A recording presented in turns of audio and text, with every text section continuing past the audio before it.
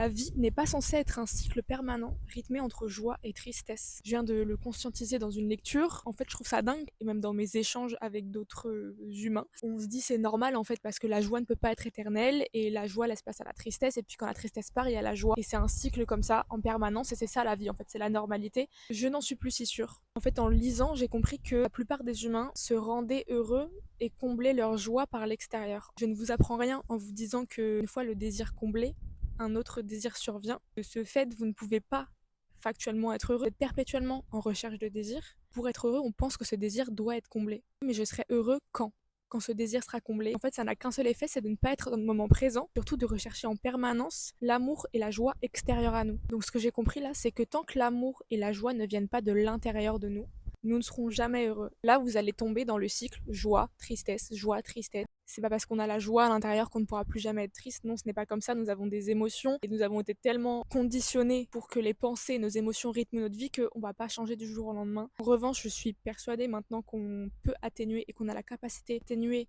ces extrêmes-là et surtout ce cycle permanent qui est beaucoup trop fréquent. Et là, vous allez me dire, ouais, mais comment on fait? Et je vais vous répondre, je suis en train de l'apprendre en même temps que vous. Et je pense qu'au final, l'amour intérieur, la paix, la joie, on les trouve uniquement quand on arrête de les chercher. Puisque ces émotions intérieures, on les trouve dans les moments de silence. Notre mental, ce truc-là, il s'arrête sans que nos peurs nous arrêtent, nous bloquent et nous empêchent d'avancer. Donc une des façons, sûrement, de faire surgir cet amour et cette joie intérieure. Pour le moment, j'arrive à m'en rapprocher par la méditation, mais j'en suis évidemment qu'au début. Et juste que ça me met dans un état tellement de calme et d'apaisement, je commence à pouvoir avoir accès à mon vrai moi et à mon être. Les personnes qui comprennent ce que je raconte là, qui sont intéressées par ça, qui pratiquent certaines choses, n'hésitez pas à m'envoyer des messages parce que ça m'intéresse et je pense aussi qu'on se nourrit du savoir des autres. On doit vibrer ce que l'on recherche, faire attention à notre parole envers nous-mêmes, envers les autres, mettre de l'amour dans tout ce qu'on peut faire. Il faut vraiment s'ancrer dans le moment présent et trouver du bonheur et de la joie dans chaque instant, dans chacun de vos gestes. Cet amour et toute cette plénitude, elle est déjà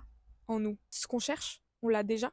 On n'arrive juste plus à le trouver. Quand vous commencerez à trouver l'amour et la joie en vous, vous verrez que ce que vous trouverez autour de vous, ça sera exactement ça. Donc vous n'aurez même plus besoin de chercher ailleurs puisque vous l'aurez en vous et autour de vous. Alors je vous dis pas que c'est simple, hein. Ensemble on peut y arriver et je pense qu'on n'imagine même pas tout ce qu'on peut faire avec ça. Si tout ça vous parle, n'hésitez pas à me le dire dans les commentaires ou à m'envoyer des messages, j'en reçois et ça me fait trop plaisir. Vibrons la paix, l'amour, la joie et notre quotidien ne sera que plus beau.